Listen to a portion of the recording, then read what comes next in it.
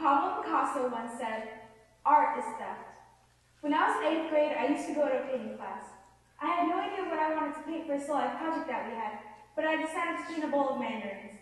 I hadn't developed my own painting style yet, so I experimented a little. By the end of the class, my painting was about halfway done. My art teacher walked by and told me that my artwork reminded her of an artist named Josephine Halverson. This took me by surprise. I thought that my artwork was unique and original. When I got home, I looked her up and, sure enough, I saw similarities. Sure, she was more talented and experienced, but we both focused on the small details in still life paintings. The next class, I decided to incorporate parts of her technique into my own painting. By the time I had finished my painting, I came up with my own artistic style and came to the realization that Picasso was right. All art is a form of theft. Yes, I am an artist, but I am also a collector. Some might even say an idea thief. I take ideas from others and use them to create my own unique ones. One problem that I struggle with creating is coming up with my own ideas. Like most people my age, my life revolves around school. I wake up early, go to school, stress out, and deal with a multitude of other responsibilities. I don't always have time to come up with my own ideas. Sometimes what jumpstarts my creativity is looking at the work of others, and there's nothing wrong with that. We spend our whole lives fighting to be original. We're pressured to pump out new, innovative, and unique ideas, and we try to force ourselves to avoid the idea of copying. Students, especially those who want to pursue art, are constantly trying to produce original content, and this stifles creativity. Oftentimes when we fail to be original, we think that we lack creativity or talent. The truth is, there are no original ideas. Even the idea that original ideas don't exist isn't original. Mark Twain once said, "There is no such thing as a unique idea." It is impossible. We simply take a lot of old ideas and put them into a sort of mental kaleidoscope.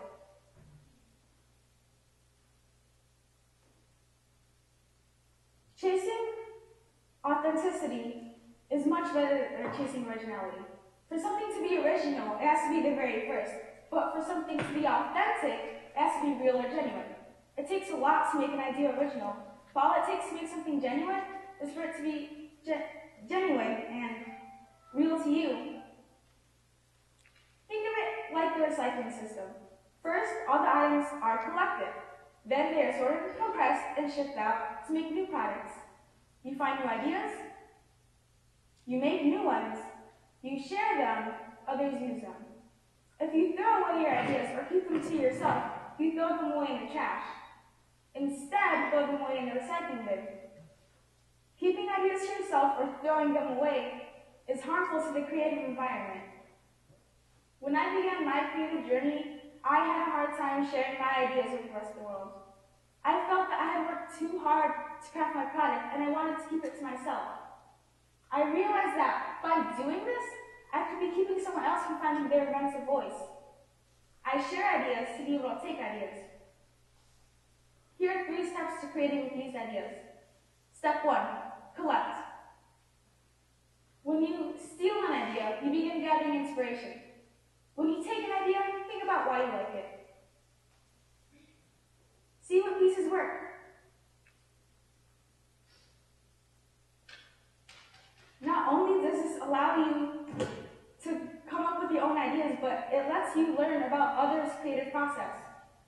One way I do this is that I look at my favorite artworks and techniques. I do this by going on YouTube. I look up whatever I feel like painting that day, and then I paint it. After a couple times, I try it out. Step 2, sort and compress. After you finish gathering all your information, use it. In the recycling process, items are sorted and compressed to test out their usefulness. Again, see what pieces work. Create. After all, you are a collector, so why not use the work that you took?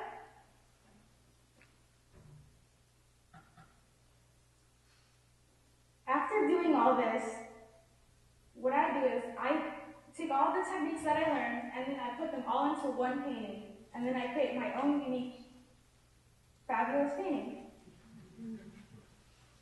Step 3, ship. After you finish collecting and sharing and forming all your ideas, you have to share it with other people. You can do this by posting on social media or just sharing it with your friends.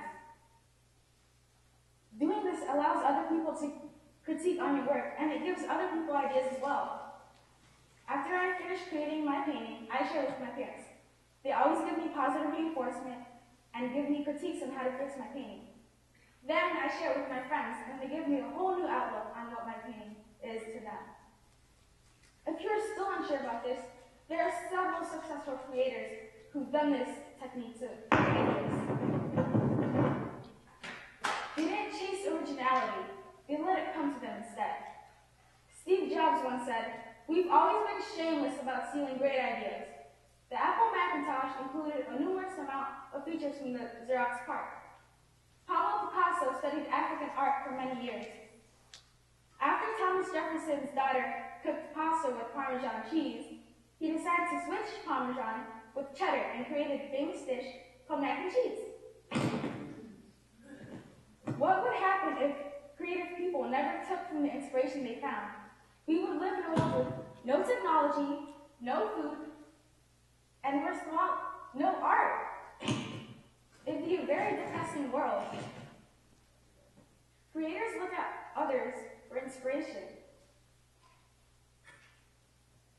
Much like the recycling system, a good creative could turn an old used idea into a bright, shiny new one. Chasing authenticity allowed me to develop my own artistic style. Some of my best artworks were made when I imitated other artists and techniques. I am my most creative when I am an original. Chasing authenticity allows the pressure about creating to be relieved. Gather knowledge. Cultivate new ideas. That's how you become truly authentic. When you leave here, remember, first take, then create. Thank you.